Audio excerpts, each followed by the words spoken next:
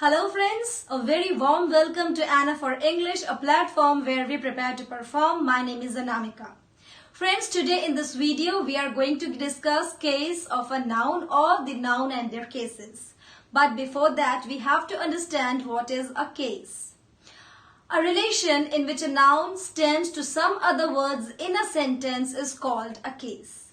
यानी कि sentence में नाउन बाकी आने वाले वर्ड्स के साथ में किस पोजीशन पे है उसे हम कहते हैं case. In English grammar we have to understand 5 kinds of case or 5 cases of a noun. The first one is nominative case or the subjective case. Second one is objective case. Third one is vocative case. Fourth one is case of apposition. And last but not the least, fifth one is the possessive case or the genitive case. Let's discuss one by one. चलिए friends, सबसे पहले discuss करते हैं हम subjective case को. Okay, यहां पर मैं लिखती हूं द नॉमिनेटिव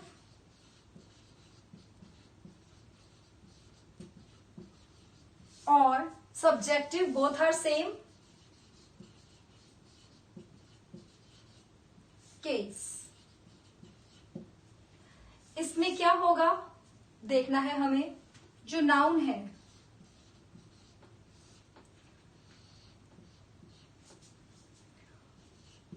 वो क्या बन जाएगा, वो सब्जेक्ट बन जाएगा ऑफ अ वर्ब. चलो इतना सा क्लियर है, सब्जेक्ट बन जाएगा ऑफ अ वर्ब. अब इसी चीज को हम थोड़ा सा और ध्यान से समझते हैं. ये वर्ब क्या होता है? वर्ब का मतलब होता है एक एक्शन. जो नाउन है ये कौन है? ये डूअर है. डूअर यानी कि करने वाला, किसी काम को करने वाला. काम क्या है? काम एक्शन है. तो मैं ये कह सकती हूं the doer of an action is a subjective case. Simple सी चीज है. आई एम राइटिंग, तो मैं क्या हूं? मैं लिखने वाली हूं. लिखने का काम करने वाली मैं हूं, तो I am the subject here. Smita is reading, पढ़ाई वाला काम या रीडिंग करने वाला एक्शन कौन कर रहा है? स्मिता. तो स्मिता इज अ सब्जेक्ट. आपको सिर्फ ध्यान क्या रखना है, नाउन जो कि डूअर है किसी एक्शन का, तो उस केस में वो नाउन क्या है? नॉमिनेटिव केस या फिर सब्जेक्टिव केस. इतना सा क्लियर है. Let's take a simple example. मैं यहां पर लिखूं अगर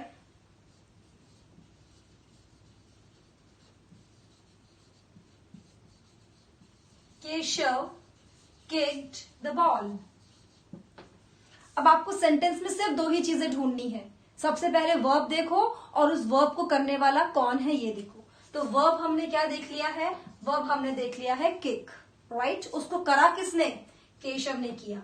तो ये हो गया नाउन. ये सब्जेक्टिव केस में नाउन हो गया. नाउन इन सब्जेक्टिव केस और noun in the nominative case. एक चीज जो बहुत छोटी सी आपको हमेशा ध्यान रखनी है, और आप जितनी बार सेंटेंसेस की प्रैक्टिस करेंगे पढ़ेंगे आपको अपने आप क्लियर हो जाएगा. Subjective case always comes before the verb, क्योंकि वही तो एक्शन कर रहा है. तो छोटी सी हिंट आपको क्या मिल जाती है, आपको ज्यादा ढूंढने की जरूरत नहीं है. अगर आप बिगिनर हो तो ध्यान रखना हमेशा कि वर्ब के ठीक पहले जो आप लिख रहे हो वो नाउन ही सब्जेक्टिव केस है. ऑलराइट, चलिए अब डिस्कस करते हैं हम ऑब्जेक्टिव केस. राइट, देखो थोड़ा सा तो हम यहां से समझ लेते हैं. ऑब्जेक्टिव केस क्या है? एक्शन जिस पर हुआ. राइट, तो इतना सा ध्यान रखो कि एक्शन किस पे हुआ. यहां पर एक्शन बॉल पे हुआ. वर्ब एक्शन किस पे हुआ? एक्शन हुआ बॉल पे, तो यहां पर बॉल क्या आ गया है? बॉल हो गया है ऑब्जेक्टिव केस. एक ही सेंटेंस से हमने दोनों एग्जाम्पल समझ लिए. यानी सब्जेक्टिव केस जो वर्ब के पहले आता है, ऑब्जेक्टिव केस जो वर्ब के बाद आता है. इतना सा क्लियर है. इसे हम एक बार फिर समझते हैं.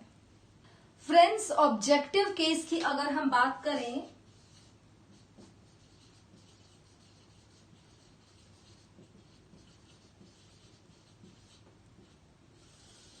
ऑब्जेक्टिव केस में क्या होगा? जो भी नाउन होगा, ठीक है, वो नाउन कैसा काम करेगा? As an object to the verb. अब इसका मतलब क्या हुआ? ये जो नाउन है और ये जो वर्ब यानी कि एक्शन है, इस नाउन के ऊपर एक्शन इज डन, यानी कि अब एक्शन हो नहीं रहा, अब एक्शन नाउन पर हो रहा है। अब नाउन एक्शन नहीं कर रहा, अब एक्शन नाउन पे हो रहा है। अब आप इसको ऐसे समझो, आपने क्या लिखा था, subject plus verb then object. हमेशा ध्यान रखना, ये थंब रूल है, सारे सेंटेंसेस के स्ट्रक्चर में आपको ये काम आएगा। जब भी कभी आप वर्ब के ठीक पहले ना सब्जेक्ट देखते हो या नाउन देखते हो तो वो नाउन कैसा है, नॉमिनेटिव केस का है। और जब भी आप वर्ब के बाद में कोई नाउन देखते हो तो वो नाउन कैसा है, ऑब्जेक्टिव केस का है। ठीक है, एक चीज तो ये ध्यान रखनी है आपको। दूसरी चीज, आगे प्रेपोजिशन में हम पढ़ेंगे, प्रेपोजिशन के बाद में जो भी आप नाउन प्रोनाउन लिखते हो वो सबके सब ऑब्जेक्टिव केस में होते हैं। ठीक है, उसे हम प्रोनाउन में एक बार फिर डिस्कस करेंगे, लेकिन अभी इतना सा ध्यान रखना है, वर्ब के ठीक पहले अगर नाउन आता है तो वो सब्जेक्टिव केस है, वर्ब के बाद में नाउन आता है तो वो ऑब्जेक्टिव केस है। Let's take an example, the same example, Keshav kicked the ball। अब यहां पर केशव तो क्या बन गया, सब्जेक्ट बन गया था, क्योंकि उसने एक्शन कौन सा किया था, किक करने का। अब एक्शन हुआ किस पे है, the noun on which the action is being done is the objective case. Action हुआ किस पे था, ये एक्शन हुआ था बॉल पे। तो ये जो बॉल है, ये नाउन, ये काम किसका कर रहा है सेंटेंस में, ऑब्जेक्ट का। यानी कि जो एक्शन है, यानी कि जो वर्ब है, वर्ब के बाद में क्या आ रहा है, वर्ब के बाद में जो नाउन आ रही है वो बन जाएगी ऑब्जेक्टिव केस। छोटी सी चीज है, बस इतने से फॉर्मूला को याद रखो, कोई भी डाउट नहीं रहेगा। वर्ब के पहले नाउन है तो सब्जेक्टिव केस है, वर्ब के बाद अगर नाउन है तो वो ऑब्जेक्टिव केस है। इतना क्लियर है। बट एक चीज और, आपने कई बार सुने हैं direct object and indirect object. चलिए डिस्कस करते हैं एक बार के लिए, ये डायरेक्ट और इनडायरेक्ट ऑब्जेक्ट्स क्या है।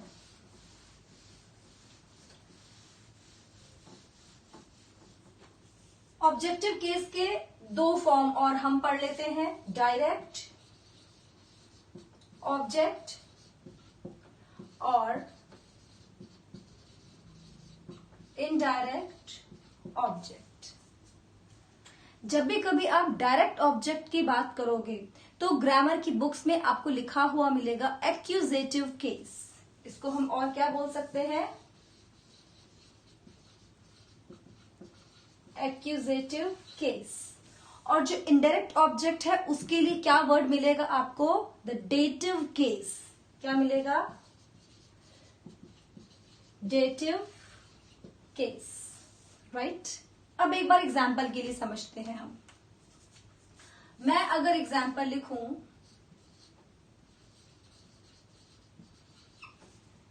Keshav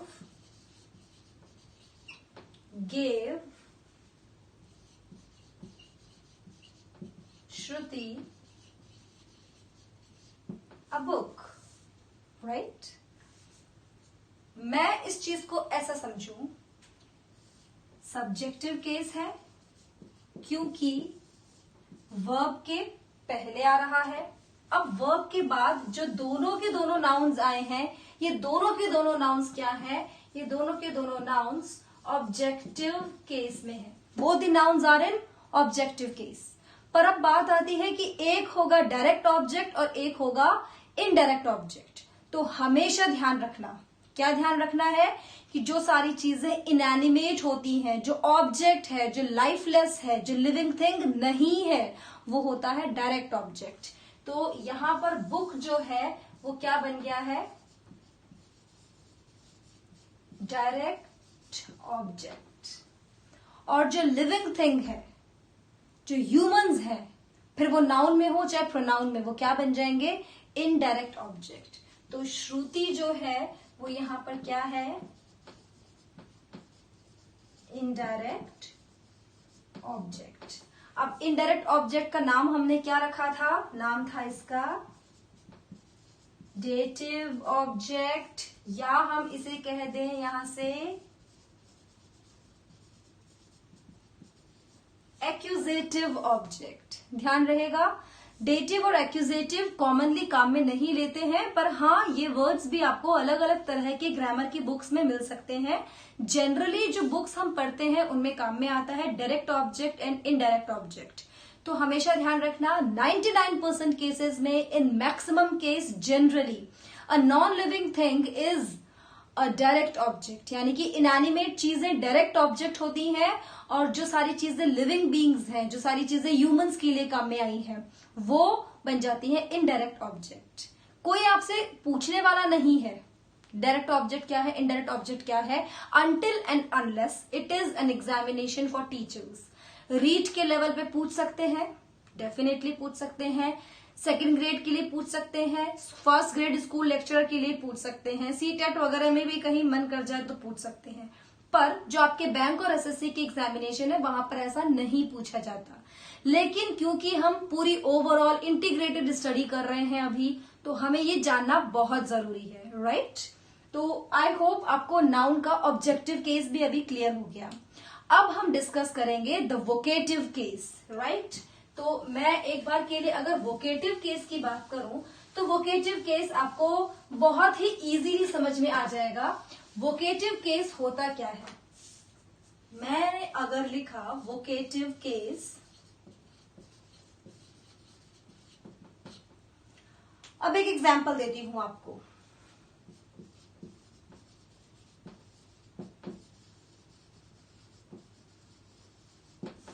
James come here. क्या आपको समझ में आ रहा है मैं किसको बुला रही हूं? मैं बुला रही हूं जेम्स को। मैंने यहां पर जो कॉमा लगाया है ना, उसकी वजह से हमें पता चलता है कि मैंने किसको बुलाया, मैंने जेम्स को बुलाया। अब आप चाहो तो इसका उल्टा भी लिख सकते हो,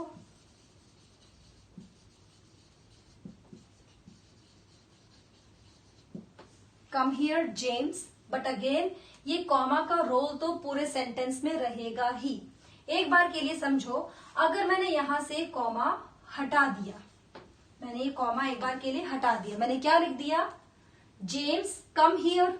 अब क्योंकि जेम्स क्या है, जेम्स एक नाउन है जो कि सिंगुलर है, तो उसके लिए वर्ब तो मुझे फिर कम्स लिखना चाहिए था। जेम्स यहां आता है, पर मेरा सेंटेंस तो ये नहीं था, मैं तो जेम्स को बुला रही थी। उस केस में सारा का सारा रोल जो है वो सब कुछ किस पर आ जाता है, कॉमा पर आ जाता है। और अगर मैं यहाँ पर एक कॉमा लगा देती हूं तो यहाँ पर डेफिनेटली अब क्या मतलब बन गया कि जेम्स कम हियर, जेम्स यहाँ पर आओ। केशव कम हियर डोला, कम हियर स्मृति, ऐसा बोल देते हैं ना हम। तो इसका मतलब अब जो मैंने यहाँ पर नाउन काम में लिया है, ये नाउन बन गया है आपका वोकेटिव केस। है तो वही नाउन, प्रॉपर नाउन की बात कर रहे हैं हम, और अब ये क्या बन गया है, वोकेटिव केस। यानी नाउन के वोकेटिव केस में हम किसी को एड्रेस कर रहे होते हैं, हम किसी को बुला रहे होते हैं, उस केस में हम बोल देते हैं वोकेटिव केस। ऑलराइट, अब हम डिस्कस करते हैं नाउन का वो केस जो एपोजिशन में आ जाता है। तो मैं इसे लिख देती हूं, द केस ऑफ एपोजिशन। एक बात समझते हैं, एक वर्ड बनता है apposite, it is not opposite, it is apposite. Apposite का मतलब क्या हो गया, मिलता जुलता, इन कंटेक्स्ट ऑफ समथिंग। तो वहीं से हमने इस केस को लिया है, the case of apposition. Case of apposition में होता क्या है, मैं एग्जाम्पल लिख के देती हूं आपको।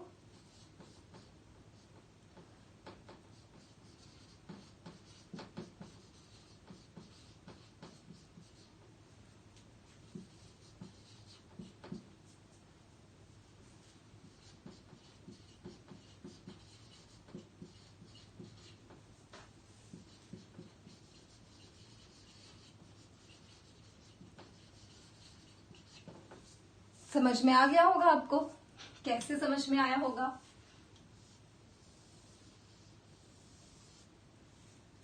यहां से समझ में आया। क्या समझ में आया? आप इसमें से द क्रिकेटर एक बार के लिए गायब कर दीजिए और सिर्फ इतना सा सुनिए, Sachin visited our village last year. बहुत सारे सचिन हैं, कोई भी सचिन आ गया होगा, but no, I am going to address something. अब मैं किसी को रेफरेंस दे रही हूं, अब मैं किसी से बात कर रही हूं जिसका इंट्रोडक्शन भी मैं साथ के साथ दे रही हूं। Sachin the cricketer. अब जैसे ही मैंने ये टर्म लगा दिया, आपके दिमाग में ऑटोमेटिकली सचिन तेंदुलकर की इमेज आ गई। यही काम होता है एपोजिशन के केस का। तो द केस ऑफ एपोजिशन क्या शो करता है कि हमने एक नाउन को एक्सप्रेस कर दिया, समझा दिया, डिटेल दे दिया, डिफाइन कर दिया, उसके बारे में इंफॉर्मेशन दे दी है। That is only the case of apposition. बहुत इजी है, जनरली हम इसे काम में लेते हैं। जब आप कहीं ना कहीं रीडिंग्स करते हो, जब आपको दिखते हैं अलग अलग लोगों के द्वारा किए गए काम, तो हम वहां पर इस चीज को डिस्कस करते हैं। ठीक है, last but not the least जो हम अब डिस्कस करने जा रहे हैं वो है पजेसिव केस। ठीक है, अब जो यहां पर हम आज last but not the least discuss करने जा रहे हैं वो है द पजेसिव केस। और पजेसिव केस को भी कई ग्रामेरियंस ने नाम एक और दिया है। जैसे नॉमिनेटिव को नाम दे दिया, डायरेक्ट इनडायरेक्ट को नाम दे दिया, ऐसे ही पजेसिव केस को भी नाम मिला है, and that is generative case.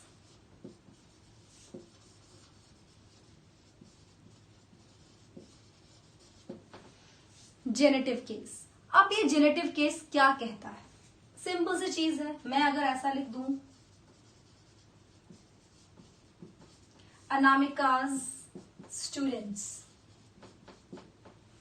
तो ये जो एपोस्ट्रॉफी एस मैंने शो कर दिया, ये जो पोजेशन मैंने शो कर दिया है, और इन अदर टर्म्स अगर मैं कहूं तो ये जो ओनरशिप हम शो करते हैं उसे हम कह देते हैं possessive case. Right, possessive case दो तरीके से बनता है ना। छोटा सा एग्जांपल अगर आप समझो तो हिंदी में हम क्या बोलते हैं? का, के, की। हिंदी ग्रामर की बहुत बेसिक चीजें हैं और बहुत सारे इंग्लिश ग्रामर सिखाने वाले भी यहीं से शुरू कर देते हैं का, के, की से। बट ये का, के, की है क्या चीज? आप इसको ध्यान से समझो। ये शो करते हैं पोजेशन को। ये क्या शो करते हैं? ये शो करते हैं हमारे लिए ओनरशिप को, और इस ओनरशिप को हम दो तरीके से शो कर सकते हैं। ठीक है, फॉर एग्जाम्पल मैं शो कर सकती हूं एपोस्ट्रोफी एस से, और नहीं तो मैं लिख सकती हूं ऑफ। सिंपल सी चीज है। या तो मैं किससे लिखूंगी? एपोस्ट्रोफी एस के साथ में, नहीं तो हम लिख देंगे इसे सिंपल ऑफ के साथ में। ओ डबल एफ मत लगा देना, it is single O F of. इसे प्रोनाउंस हम व से करते हैं, फ मत बना देना, इट्स ऑफ। अब 100% ऐसा तो नहीं है कि ह्यूमंस के केस में केवल हम एपोस्ट्रोफी एस लगाते हैं, ह्यूमंस में हम ऑफ भी लगा देते हैं, और कभी कभी हम नॉन लिविंग थिंग्स में, या फिर कि हम बोले अगर इनएनिमेट थिंग्स में भी हम कभी कभी एपोस्ट्रोफी एस लगा देते हैं। तो इस पजेसिव केस को हमें और डिटेल में पढ़ना होगा, और पजेसिव केस के लिए मैंने एक सेपरेट वीडियो बनाई है। वो पजेसिव केस के वीडियो में हम डिस्कस करेंगे कि जितने भी तरह के नाउन के पोजेशन होते हैं, जॉइंट पोजेशन आ जाता है, सिंगल पोजेशन आ जाता है, कंपाउंड पोजेशन आ जाता है, उन सब पजेसिव केस को हम एक बार अलग से डिटेल्ड वीडियो में डिस्कस करेंगे। आई होप आपको आज के ये पांचों केस ऑफ नाउन समझ में आए होंगे। In case of any doubt और any query you can drop your query in comment section. और ज्यादा अच्छे से आपको अगर कुछ समझना है तो आप अपनी क्वेरीज को, अपने क्वेश्चंस को मेल कर सकते हैं। मेरी जीमेल आईडी मैंने मेंशन कर रखी है, इट इज anna4english@gmail.com। बहुत सारे व्यूअर्स, बहुत सारे सब्सक्राइबर्स ऐसे हैं जो मेल करते हैं, मेल के थ्रू अपने क्वेश्चंस पूछते हैं, क्योंकि हो सकता है कमेंट सेक्शन में डिस्कशन काफी लंबा हो जाता है, एक्सप्लेनेशंस बड़ी हो जाती हैं, उनके नंबर ऑफ क्वेश्चंस ज्यादा होते हैं।